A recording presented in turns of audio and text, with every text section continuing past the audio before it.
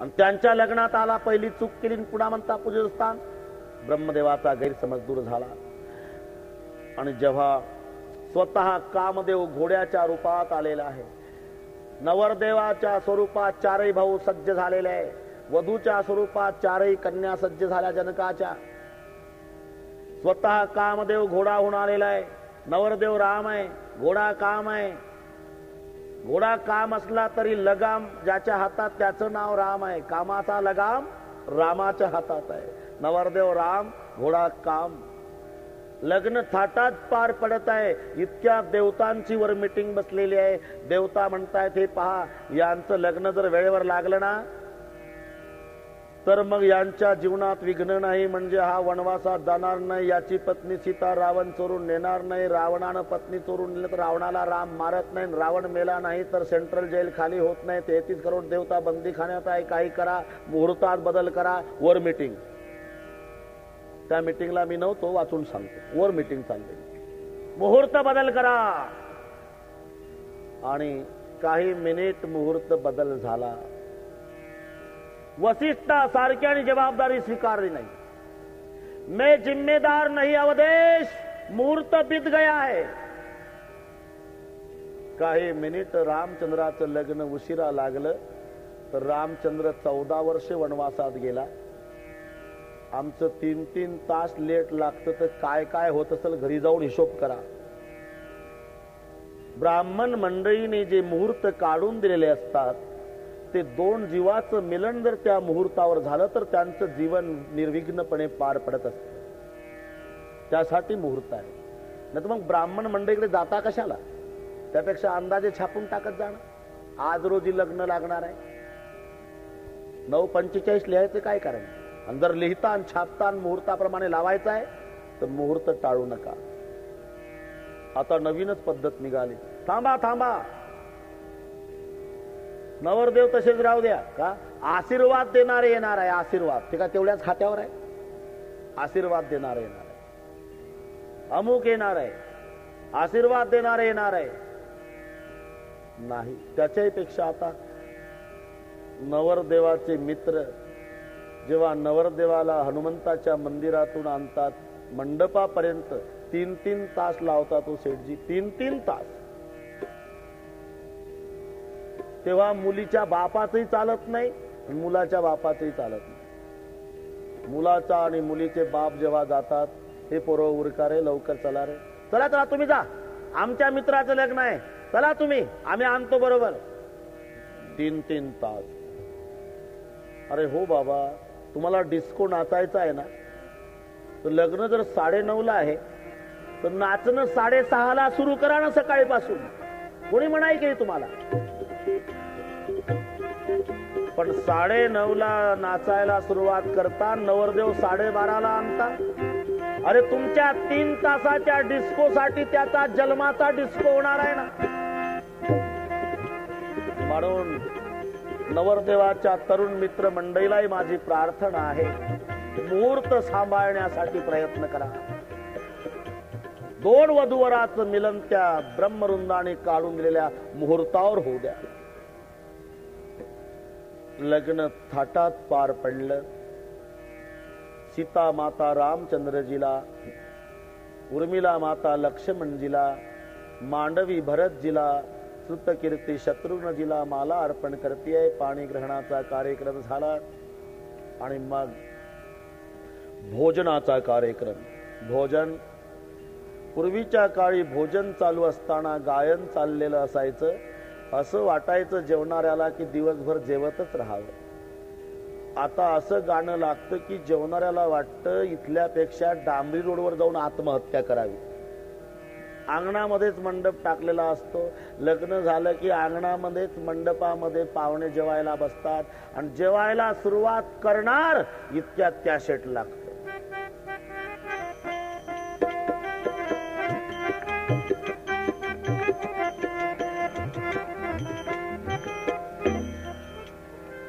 काय वाटत असेल व पाहुण्यांना?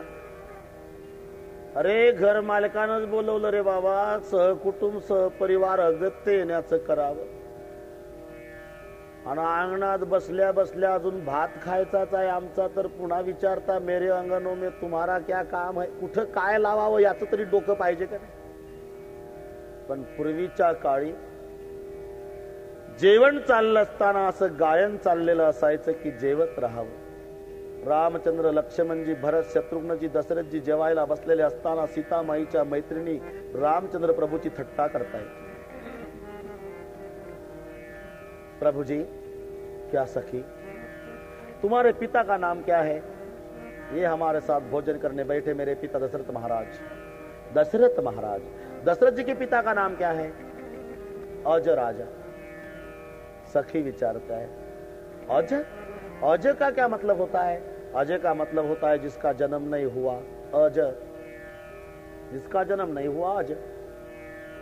ज्याचा जन्म झाला नाही त्याला अज म्हणतात. आणि तुम्ही? बोले मैं भी अज. आयोनी संभव प्रगटला हा राघव.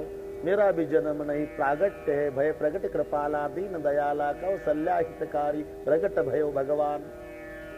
मग तुमचाही जन्म नाही, तुमच्या आजोबाचाही जन्म नाही, फिर दोनों के बीच दशरथ कहां से आया? ही थट्टा. दुसरी एक सखी पुढे आली. प्रभूजी, काय?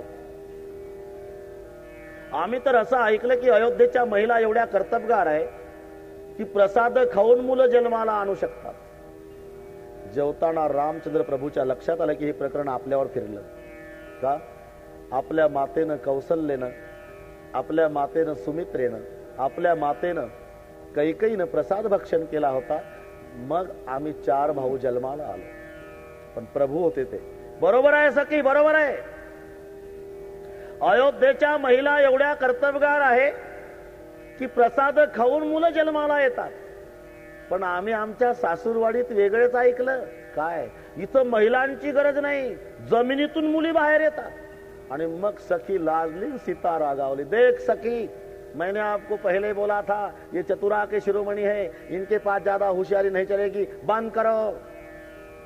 भोजनाचे कार्यक्रम. एक दिवस जाण्याची तयारी करावी दशरथजीनं तर थांबून घ्यावं जनकजीनं.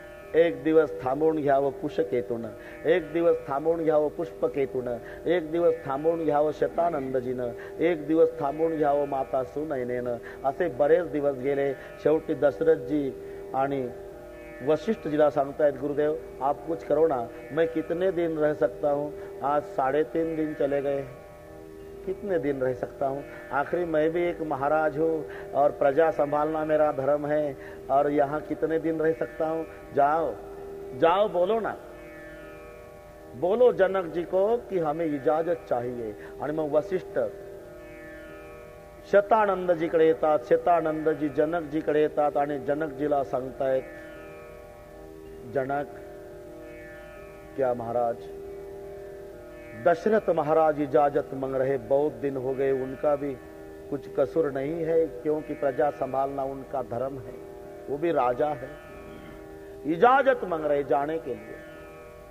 तो जनक जी के आंखों में आंसू आ गए. क्यों जनक? बोले, गुरुदेव, क्या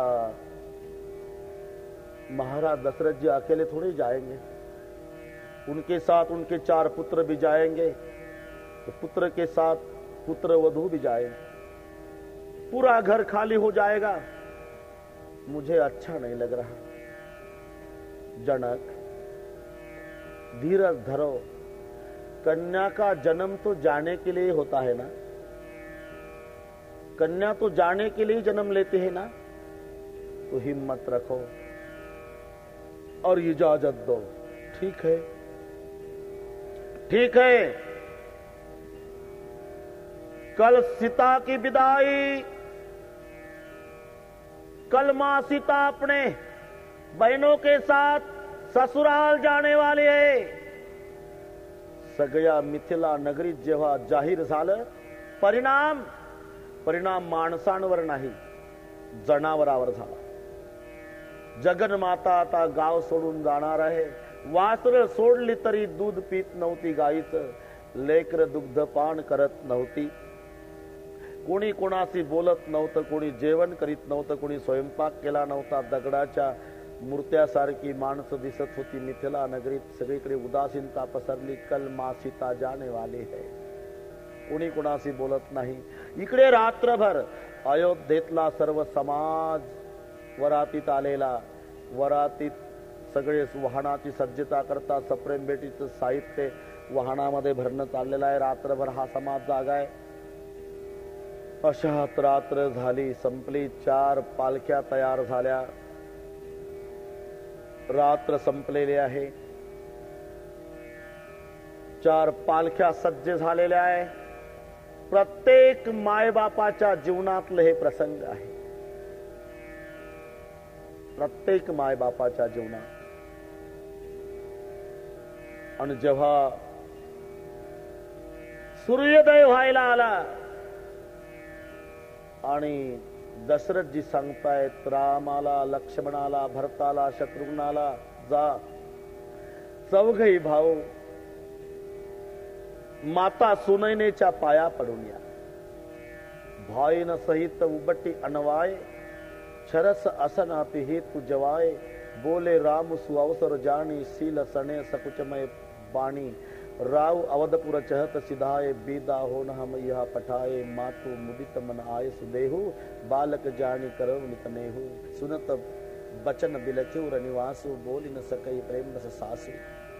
माता सुनैनेच्या पाया पडतायत परमात्मा आणि सांगतायत माताजी चारों भाइयों को अपने बालक समझकर प्यार बरसाते रहना माताजी. सांस के आंखों में आंसू आ गए. बोली न सकई प्रेम बस सासू, हृदय लगाई कुंवरी सबलीनी. पति न सौंपी बिनती अति कीनी. आणि जेव्हा श्रुतकीर्ती, मांडवी, त्या मागे उर्मिला आणि सर्वात मागे सीता, चौघ्याही बहिणी जेव्हा माता सुनैनेच्या पाया पडायला एका वेळी येतात. इकडे शहनाईचे स्वर सुरू झालेले आहे. सूर्योदय झालेला आहे. सीता के विदाई सब प्रजाजन देख रहे. सबके सामने मां सुनैना के पास श्रुतकीर्ति आई. श्रुतकीर्ति पैर पड़ती है. मां जा रहे मां ससुराल. सुनैना मां के आंखों में आंसू आ गए. जाओ बेटी, सुखी रहना बेटी. मां हमारी चिंता मत करना मां. लेकिन 2 दिन हुए मां, मेरे पिताजी ने भोजन नहीं किया मां. मेरे पिताजी को संभालना मां. सखिया रो रही, रानिया रो रही, प्रजाजन रो रहे. मां श्रुतकीर्ति रो रही, मां सुनैना रो रही. मांडवी आती है, वो भी पैर पड़ती है. मां सुनैना सर पे हाथ रखती है. जाओ बेटे. जा रही मां, जा रही, लेकिन पिता की तरफ ख्याल रखना मां. बाद में उर्मिला जी आती है. उर्मिला पैर पड़ती है. जाओ बेटे ससुराल जाओ. मां तबीयत का ख्याल रखना मां, और मेरे पिता को संभालना. लेकिन जब मां सीता आती है तो मां सुनैना रोने लग गई. बहुत रो रही, क्योंकि वो पाली हुई बेटी थी, धरा की बेटी थी, बहुत लाडली बेटी थी. मां सुनैना खड़ी हो गई, सीता को गले लगा लिया और आंख भरे आंखों से मां सुनैना सीता को कहती है, बेटे सुखी रहना मेरी बेटी, सुखी रहना. लेकिन ये जिंदगी है बेटी, जिंदगी में कभी कभी कड़वे घुट पीने पड़ते हैं, जान की जिंदगी है। कभी जिंदगी में दुख आया ना बेटी, तो अपने घर का दरवाजा अंदर से बंद कर लेना और घर में बैठकर रो लेना बेटी, लेकिन समाज के सामने कभी प्रकट नहीं करना। माँ उपदेश दे रही। और सीता क्या माँ अपने सास और ससुर की जिंदगी भर सेवा करना। सास ससुर गुरु सेवा करहु, सास ससुर गुरु सेवा करहु, सास ससुर गुरु सेवा करहु, सास ससुर गुरु सेवा करहु, सास ससुर गुरु सेवा करहु, सास ससुर गुरु सेवा करहु। माँ सुने ना सीता माँ, सास ससुर की सेवा करो बेटा। सास ससुर गुरु सेवा करहु, सास ससुर गुरु सेवा करहु, सास ससुर गुरु सेवा करहु, सास ससुर गुरु सेवा करहु, सास ससुर गुरु सेवा करहु, सास ससुर गुरु सेवा करहु, सास ससुर गुरु सेवा करहु, सास ससुर गुरु सेवा करहु, सास ससुर गुरु सेवा करहु।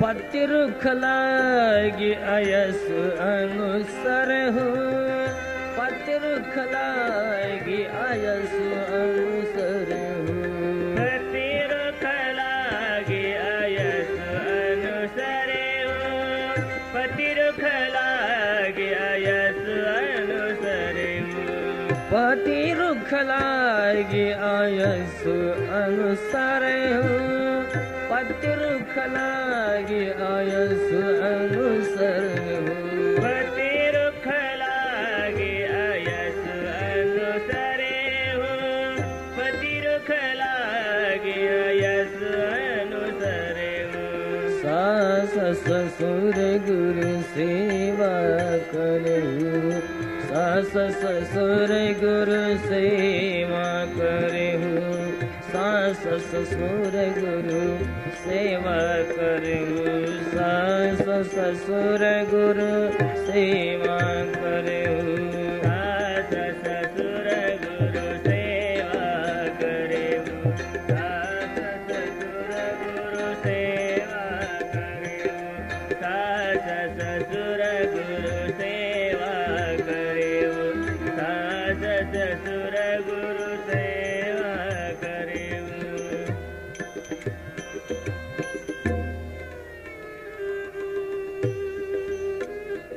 माँ सुनैना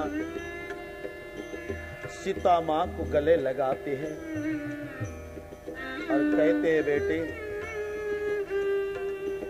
सास ससुर गुरु सेवा करे हो, पति रुख लखी आयस अनुसरे हो, अति स्नेह बस सखी सयानी, नारी धर्म सिख वही मृदु बाणी, सादर सकल कुंवरी समुझाई, रानी न बार बार उरलाई, बहुरी बहुरी भेटई महतारी, कहे बिरंची रची कत नारी। बहुत रो रही माँ सुनैना, बहुत रो रही चारों बेटिया। प्रत्येक माय बापाच्या जीवनातले प्रसंग आहे। एकुलत्या एक मुलाच्या मरण्यानं बाप रडणार नाही, पण लेकीच्या सासरी जाण्यानं मायबाप रडल्याशिवाय राहत। 20-22 वर्षाचा कन्येचा आणि मायबापाचा हा निस्वार्थी संबंध असतो, निस्वार्थ। काय अपेक्षा असते हो मुलीला? काय अपेक्षा असते? मुलाला इस्टेटीची अपेक्षा आहे, पण मुलीला काय? माय बापावर मुलगी प्रेम करते, निस्वार्थ प्रेम. तिला विचारा, 20-22 साल तक मैं जिस घर को मेरा मेरा मेरा कर रही हूं, मुझे एक दिन सब छोड़कर जाना पड़ेगा. तो भी कन्या प्यार करती है. घराची काळजी घेणारा बाप, पण बापाची घरात काळजी घेणारी मुलगी. तिच्या बापाला जर कोणी समाजात बोललं, सर्वात जास्त दुःख मुलीला होत असते. सर्वात जास्त दुःख. बापाची थोडी जरी तब्येत बिघडली तर मुलगी चिंतातूर होत असते. आई, बाबांनी कमी जेवण केलं, तब्येत बरी नाही का बाबांची? मग बाबा जवळ येते, बाबा तब्येत बरी नाही का? औषध आणू का बाबा? कपडे मळले बाबा, धुवून देऊ का बाबा? बापाची काळजी मुली इतकी जीवनात कोणी घेत? आणि जेव्हा सीता, उर्मिला, मांडवी, श्रुतकीर्ती चौघ्याही बहिणी निघाल्या, तेव्हा सर्व सीतामाईच्या बाळपणच्या मैत्रिणी, सीते सीते, जैसा भगवान गोपाल कृष्ण गोकुल छोड़कर जा रहे, उस समय पेंद्या, वाकड्या, बोबड्या, सुदाम्या, काठ्या घोंगड्या वाले गोपाळ पळत आले, देवाला आडवे झाले रथाला. देवानं रथातून उडी टाकली, आपल्या गुरवळणाऱ्या बालमित्राच्या गळ्याला बिलगले भगवान. जो 80 हजार वर्षे लोखंडाचं पीठ खाऊन तपश्चर्या करणाऱ्याच्या ध्यानाला आकलन होत नाही, तो सुदाम्याला भेटला, पेंद्याला भेटला, बोबड्याला कवटाळलं, श्रीदाम्याला कवटाळलं, काठ्या घोंगड्यावाले गोपाळ रडू लागले. चालला देवा, देवा आम्हाला सोडून चालला. चाललो बाबा, सुखी राहा माझ्या मित्रांनो, सुखी राहा. राणावनात माझ्या सोबत गायीच्या मागे भटकला, तुम्हाला कधी कधी मी टाकून बोललो रे मित्रांनो, मला क्षमा करा. देवा तू चालला, आता मारतील आम्हाला गोकुळातले लोक, बदलून काढतील. देवा तुझ्यामुळे आमचं सर्व सहन करत होत.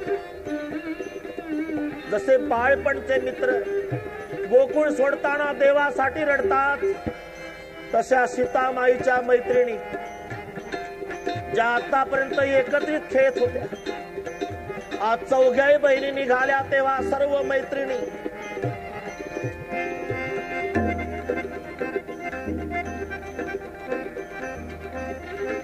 पहुंचा वही फिर मिलई बहोरी, बड़ी परस्पर प्रीति न थोरी. गळ्याला बिलखतात, रडतात. जा रही जानकी, हमें गरीब को भूलना नहीं सीता, हमारी याद करते जाना. मानव की न विदह पुर करुणा, विरह निवास प्रेम विवास, नर नारी सब सखी न रही. सर्व सख्या रडतात.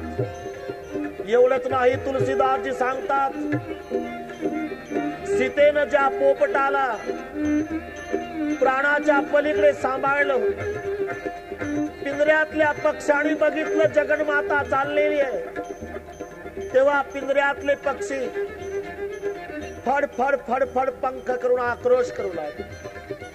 शुक सारिका जानकी जाए, कनक पिंजरणी राखी पड़ाए, व्याकुल कई कहा बैदे, सुनि धीरज परिहरण के. सीते सीते सीते. पिंजऱ्यातले पोपट जेव्हा फडफड करू लागले, तेव्हा माता सुनैना सांगू लागली, अरे बाबा, या पक्ष्यांनाही सीतेसोबत द्या. हे पाखरं सीता गेल्यावर जिवंत नाही राहायची. इंद्रियासहित सीतामाईच्या सोबत पक्ष्यांना देण्यात आलं. भय विकल खग मृग यही भाती, मनुज दशा कैसे कही जाती. तुलसीदासजी प्रश्न विचारतात, बाबा, ज्या सीतामाईच्या विरहाण पक्षी एवढे रडतात, पक्षी एवढे व्याकुळ होतात, तिच्या बापाची काय दशा असेल. बंधू समेत जनक तब आये, प्रेम उमगी लोचन जल छाये. जेव्हा आपले बंधू कुशकेतूच्या समवेत जनक महाराज राजमहालात आले, इकडनं मुली जायला निघालेल्या, तिकडनं जनक राजे महालात प्रवेश करतात. पुढचं दृश्य बघितलं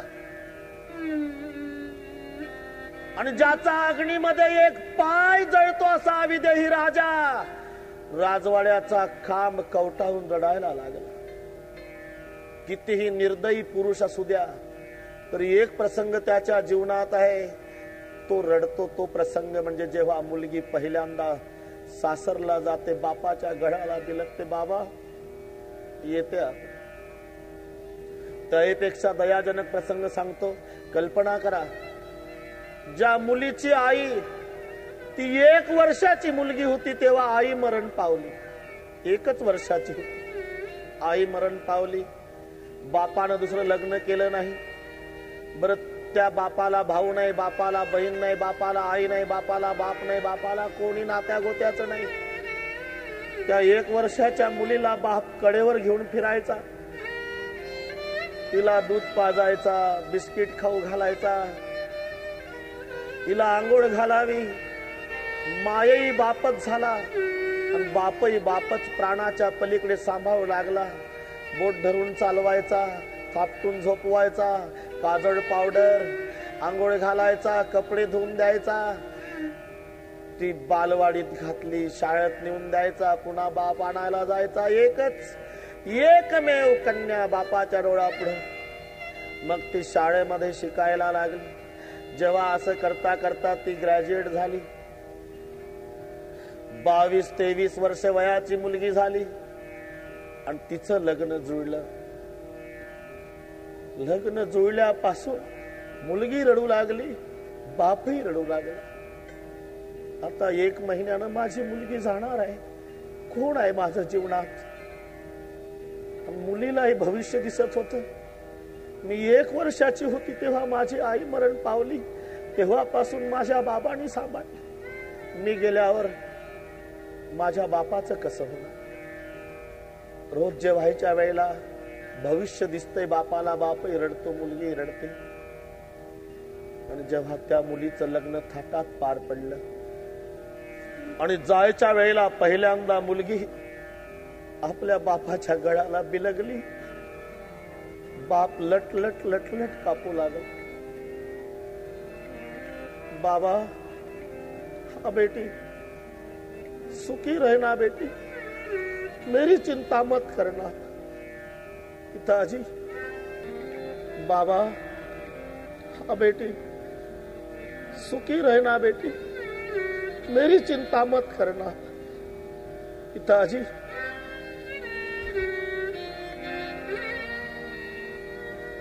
मेरी माँ मई 1 साल की थी, गुजर गई.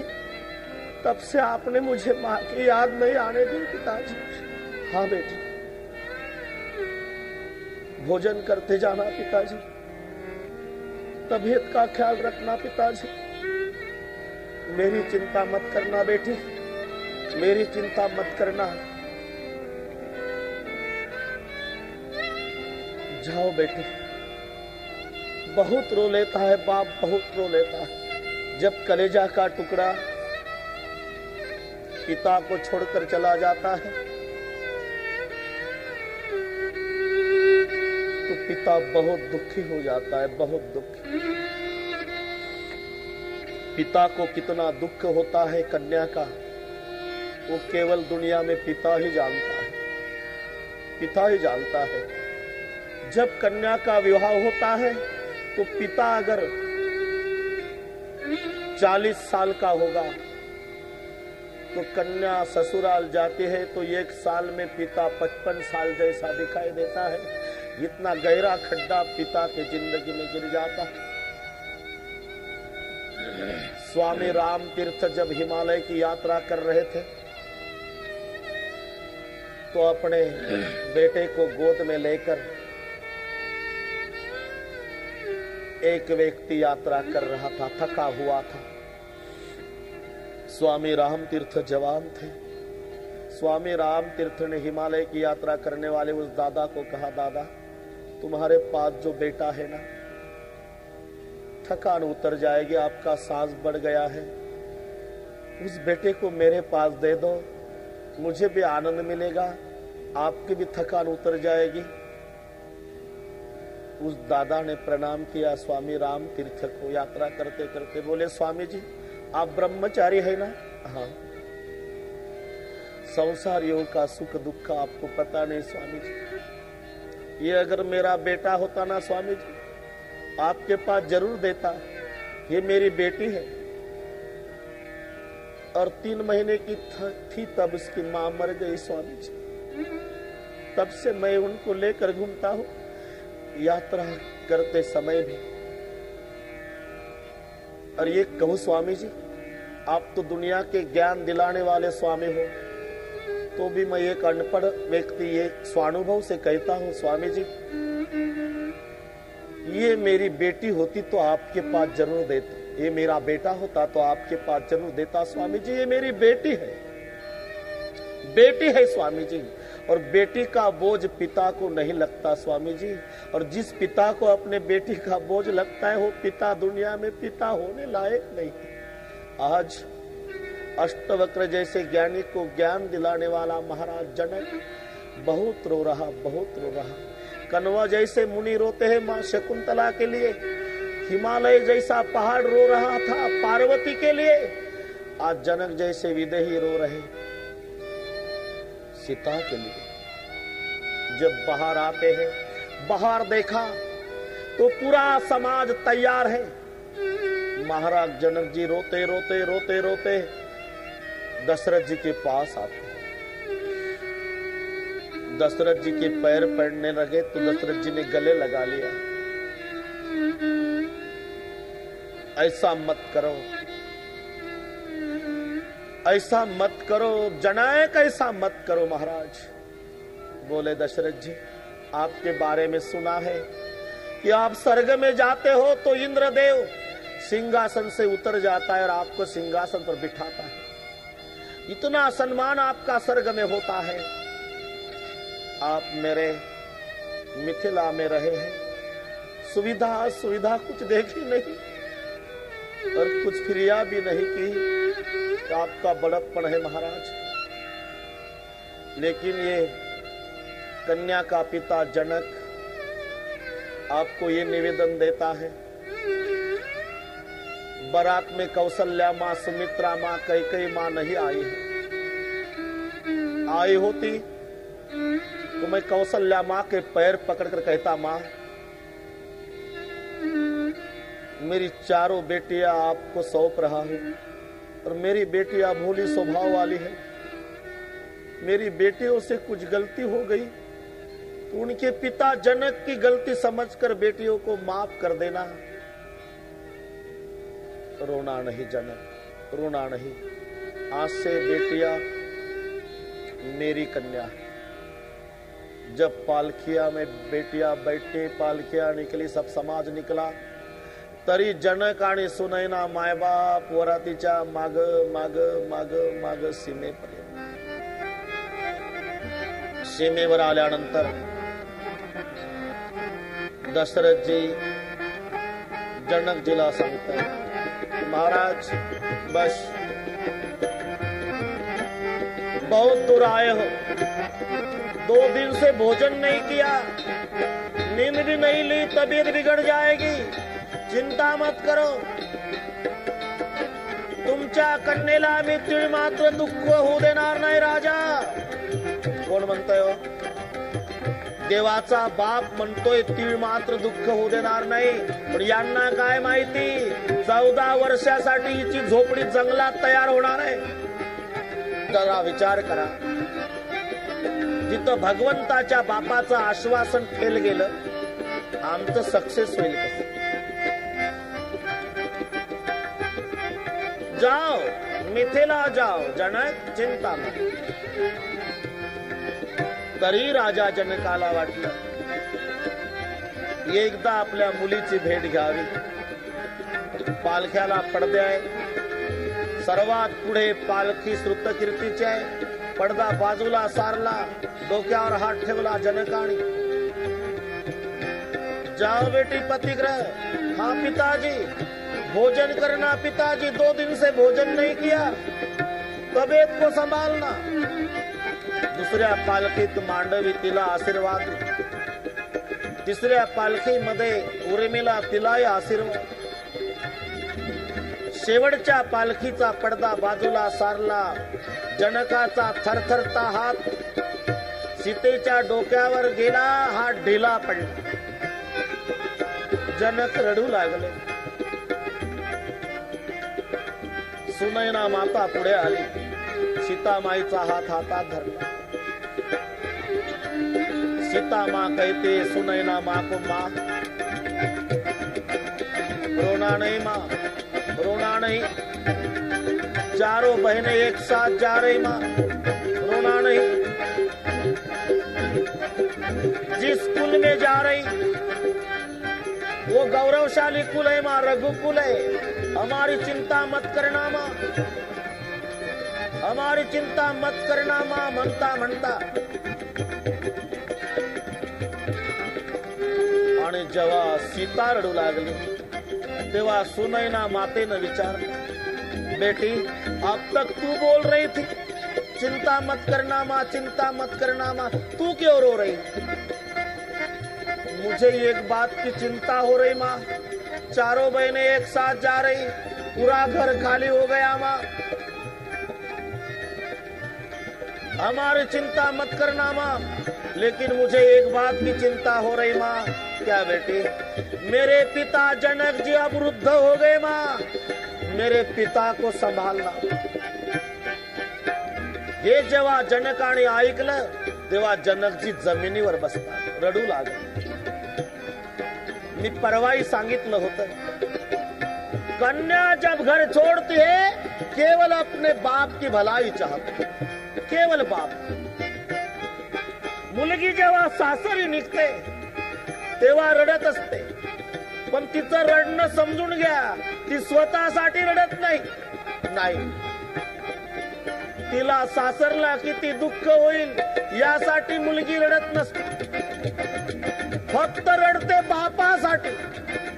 माझ्या बापाचं कसं, माझ्या वडिलाचं कसं. तिच्या आजोबाजवळ रडेल, आजीजवळ रडेल, आईजवळ रडेल, मोठ्या भावाजवळ रडेल, धाकट्या भावाजवळ. आजोबाच्या पाया पडते, आजोबा चालली का बेटी? हा आजोबा, सुखी राहा पोरी. आजोबा 2 दिवसापासून माझे बाबा जेवले नाही, बाबाकडे लक्ष द्या. आजीच्या पाया पडेल, आजी मी चालली का आजी, बाबांना सांभाळ आजी. आईच्या पाया पडेल, आई कधी कधी टाकून बोलायची तू माझ्या बाबांना, तेव्हा मी समजूत काढत असे तुझी. आजपासून माझ्या बाबांना बोलत जाऊ नको आई. मोठ्या भावाच्या पाया पडेल, दादा रडू नको दादा, मला एक वचन दे, बाबांना सांभाळ. धाकटा भाऊ असेल ते त्याहीपेक्षा दयाजनक पाहतो. प्रसंग डोळ्यापुढे आणा. शेवटी आपल्या लहान भावाच्या गळ्याला मिठी मारती बहीण आणि लहान भाऊ बहिणीच्या गळ्याला बिलकतो. जेव्हा दोघही बहीण भाऊ रडतात तेव्हा रडता रडता बहीण आपल्या भावाला, भैया रडू नको भैया, रडू नको भैया. तू बाबांना बोलायचा रे भैया. केवढे कष्ट करतात आपले बाबा. अरे स्वतः उपवासी राहतात, आपल्याला जेवायला देतात. स्वतः आजारी पडतात, औषध आपल्याला. स्वतः फाटके कपडे घालतात, नवीन कपडे आपल्याला शिवून देतात. स्वतः कर्जबाजारी झाले, पदवीधर केलं आपला. कोणासाठी? तू वाटेल तसा बाबांना बोलायचा. तुला माझ्या गळ्याची शपथ आहे भैया, आजपासून बाबांना बोलला. बस कन्या जब घर छोड़ती है, जब घर छोड़ती है कन्या, तो केवल बाप की भलाई चाहते हैं. बाप.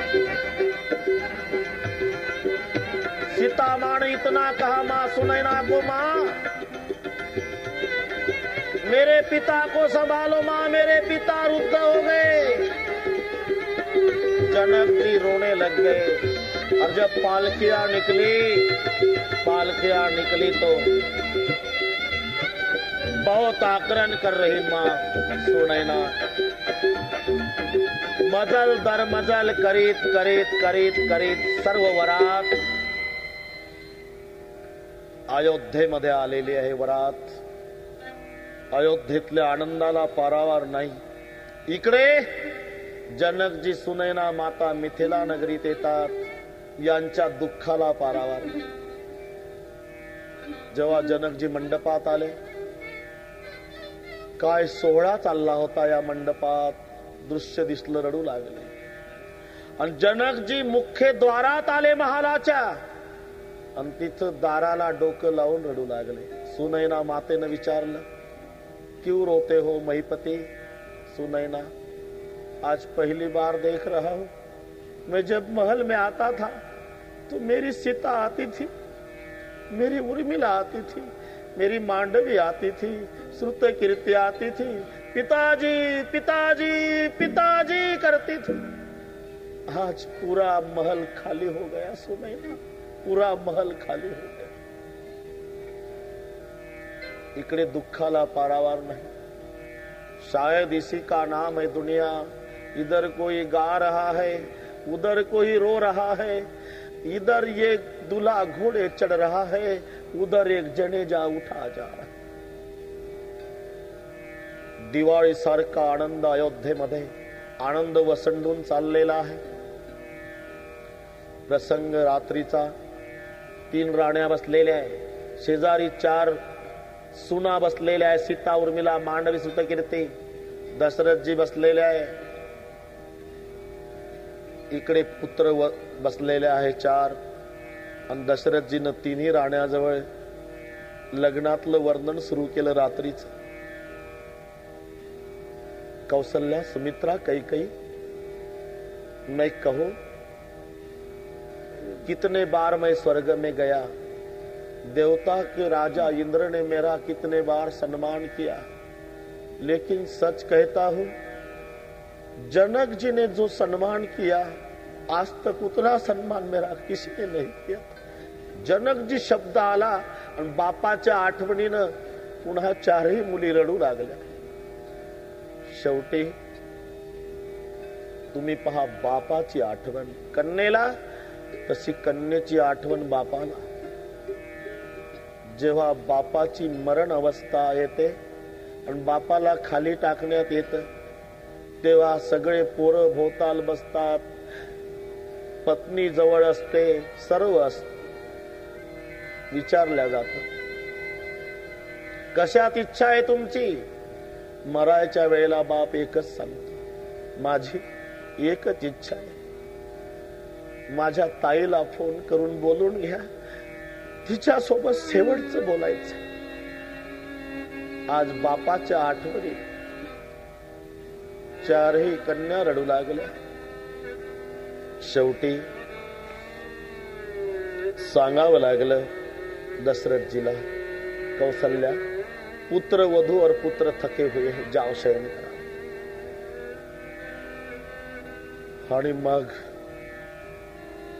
विश्राम करतात.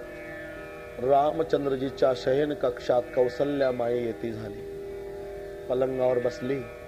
रामाच्या मुखावरून माता कौसल्याने हात फिरवला. राघव, क्या माँ? तो अयोध्या छोड़कर गया था विश्वामित्र के साथ. हाँ माँ. और आज आया. हाँ माँ. इतने दिन तेरे दर्शन के बिना बीत गए तो ये मेरे जिंदगी के हिसाब में नहीं लगा. प्रभु के आंखों में आंसू आ गए. और बेटा, सकल अमानुष कर्म तुम्हारे. ताटिका का वध किया, सुबाहु को मार डाला, अहिल्या का उद्धार किया, धनुष के 2 टुकड़े किए. सकल अमानुष कर्म तुम्हारे. ही माणसाची कामं नाहीत बेटा, तू वेगळ्या कोणीतरी आहे. पण कौसल्या माईच्या लक्षात आलं, बाळाची स्तुती मातेने करू नये. तुझ्या सोबत विश्वामित्र होते ना बेटा, त्या विश्वामित्राच्या कृपेने हे सगळे झालं. पुढे मौन फलव्रताची सांगता. एक दिवस विश्वामित्र जाण्याची तयारी करतात. रामा समवेत सर्व बंधू थांबवून घेतात. बाबा, हमें अच्छा नहीं लगेगा, आप जाने के बाद रहो. एक दिवस दशरथजी थांबवून घेतात. एक दिवस कौसल्या, सुमित्रा, कैकेयी थांबवून घेतात. एक दिवस वसिष्ठ थांबवून घेतात. एक विरक्त महात्मा जाण्याची तयारी करतो. एक लक्षात घ्या, साधूचं जाणं दुःख देतं आणि दुर्जनाचं येणं दुःख देतं. हा सतसंग चाललेला आहे. जेव्हा गोपाल काल्याचं कीर्तन होऊन पूर्णविराम होईल तेव्हा विरहाचं दुःख आहे. सज्जन का जाना दुख देता है और दुर्जन का आना दुख देता है. आज विश्वामित्राने निर्णय घेतला. निघाले तेव्हा सर्व राजवाडा रडू लागला. कौसल्या माँ प्रणाम करते. महाराज, कितना बड़प्पन दिया आपने, आपकी कृपा से सब हुआ है, आपकी कृपा से. दशरथ जी आते हैं, विश्वामित्र जी को प्रणाम करते हैं. सुखी रहो दशरथ. चारों बेटियों का आशीर्वाद विश्वामित्र देते हैं. 4 पुत्र वधू का आशीर्वाद देते हैं. 3 रानियों को आशीर्वाद देते हैं. दशरथ जी रो रहे. विश्वामित्र ने पूछा, क्यों रोते हो अवधेश? बोले, मैं अयोध्या का सम्राट हूं महाराज, सम्राट हूं, तो भी आपको कुछ नहीं दे सकता हूं, कुछ मांगता हूं. अरे, अयोध्या के सम्राट को ये लंगोटी वाला क्या देगा? बस मुझे पता नहीं महाराज, मेरी अंतरात्मा कहती है मैं ज्यादा दिन जिंदा रहने वाला नहीं हूं. मेरी अंतरात्मा बोल रही है. तो बीच बीच में आते जाते रहना महाराज. मेरे बच्चों को संस्कृति का बोध दिलाते रहना और कृपा करते रहना महाराज. जब विश्वामित्र जाते हैं यहाँ बाल कांड का विराम होता. इति श्रीमद् रामचरितमानसे सकल कलि कलुष विध्वंसने प्रथम सोपान समाप्त. अब अयोध्या कांड का शुभारंभ. उसके पहले 1-2 मिनट संकीर्तन करो. सीतारामन भजन लाभो लीजिए रे. सीतारामन भजन लाभो लीजिए रे. सीतारामन भजन लाभो लीजिए रे. सीतारामन भजन लाभो लीजिए रे. राधा श्यामन भजन लाभो लीजिए रे. राधा श्यामन भजन लाभो लीजिए रे. राधा श्यामन भजन लाभो लीजिए रे. राधा श्यामन भजन लाभो लीजिए रे. मुखी राम कृष्ण कहियो रे. मुखी राम कृष्ण कहियो रे. मुखी राधा कृष्ण कहियो रे. मुखी राधा कृष्ण कहियो रे. सीताराम नो भजन लाभो लीजियो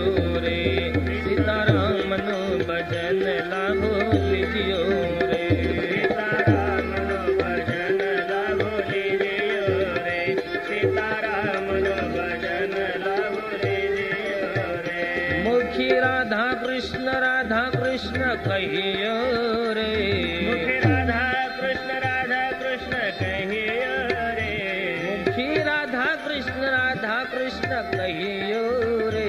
मुखी राधा कृष्ण कहियो रे। राधा श्याम नु भजन आवो लीजियो रे। राधा श्याम नु भजन आवो लीजियो रे। राधे श्याम नु भजन लावो लीजियो रे। राधा श्याम नु भजन लावो लीजियो रे। सीताराम नु भजन लावो लीजियो रे। सीताराम नु भजन लावो लीजियो रे। सामूहिक भजन लीजियो रे। सीताराम नु भजन लावो लीजियो रे। मुखी राम कृष्ण कहियो रे। मुखी राम कृष्ण कहियो रे। मुखी राम कृष्ण कहियो रे। मुखी राम कृष्ण कहियो रे। सीताराम नु भजन लावो लीजियो रे। सीताराम नु भजन लावो लीजियो रे। सीताराम नु भजन लावो लीजियो रे। सीताराम नु भजन लावो लीजियो रे। सीताराम नु भजन लावो लीजियो रे। सीताराम नु भजन लावो लीजियो रे। सीताराम नु भजन लावो लीजियो रे। सीताराम नु भजन लावो लीजियो रे। मुखी राम कृष्ण कहियो रे। मुखी राम कृष्ण कहियो रे। मुखी राम कृष्ण कहियो रे। मुखी राम कृष्ण कहियो रे। सीताराम नु भजन लावो लीजियो रे। सीताराम नु भजन लावो लीजियो रे। सीताराम नु भजन लावो लीजियो रे। सीताराम नु भजन लावो लीजियो रे। सीताराम नु भजन लावो लीजियो रे। सीताराम नु भजन लावो लीजियो रे। सीताराम नु भजन लावो लीजियो रे। सीताराम नु भजन लावो लीजियो रे। मुखी राम कृष्ण कहियो रे। मुखी राम कृष्ण कहियो रे। मुखी राम कृष्ण कहियो रे। मुखी राम कृष्ण कहियो रे। राधे श्याम नु भजन लावो लीजियो रे। राधे श्याम नु भजन लावो लीजियो रे। राधे श्याम नु भजन लावो लीजियो रे। राधे श्याम नु भजन लावो लीजियो रे। सीताराम नु भजन लावो लीजियो रे। राधे श्याम नु भजन लावो लीजियो रे। सीताराम नु भजन लावो लीजियो रे। राधा श्याम नु भजन लावो लीजियो रे। धन्यवाद। बहुत आनंद आता है, बहुत आनंद। सामूहिक भोजन में और सामूहिक भजन में बहुत आनंद आता है। गणेश, सरस्वती, सीताराम, शिव पार्वती और गुरुदेव को वंदन करके अयोध्या कांड का प्रारंभ करते हैं गोस्वामी तुलसीदास जी। रामचंद्र प्रभूचं वास्तव्य अयोध्येमध्ये 12 वर्ष आहे। 15व्या वर्षी विवाह, 12 वर्ष विलासयुत, 12 वर्ष प्रभू अयोध्येत थांबले। 27व्या वर्षात प्रभूचं पदार्पण आहे। वर्ष 27 के भय रघुनाथा। त्याच वेळेला भरत आणि शत्रुघ्न दोघं भाऊ आपले मामा राजे युधाजित यांचेकडे जातात। 27व्या वर्षात प्रभूचं बंधू समवेत पदार्पण। एक दिवसची घटना आहे। इच्छा ही दुःखाची माता आहे। अयोध्येतल्या प्रजाजनांची इच्छा होती आमच्या महाराजाला एखादा पुत्र व्हावा, 4 झाले। पुन्हा इच्छा होती यज्ञोपवीत संस्कार व्हावे, तेही झाले। पुन्हा इच्छा होती 4घाचं लग्न झालेलं बघावं, तेही झालं। आता इच्छा आहे त्यातला ज्येष्ठ पुत्र राम राजा व्हावा। प्रजाजनांची इच्छा आहे।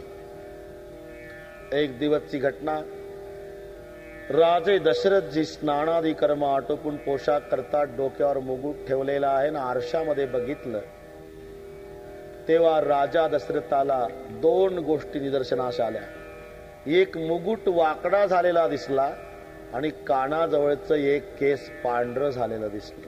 श्रवण समीप भयसित केसा, श्रवण समीप भयसित केसा, श्रवण समीप भयसित केसा, श्रवण समीप भयसित केसा, श्रवण समीप भयसित केसा, श्रवण समीप भयसित केसा, श्रवण समीप भयसित केसा, श्रवण समीप भयसित केसा. मन उजर ठपन अस उपदेशा, मन उजर ठपन अस उपदेशा, श्रवण समीप भयसित केसा, श्रवण समीप भयसित केसा.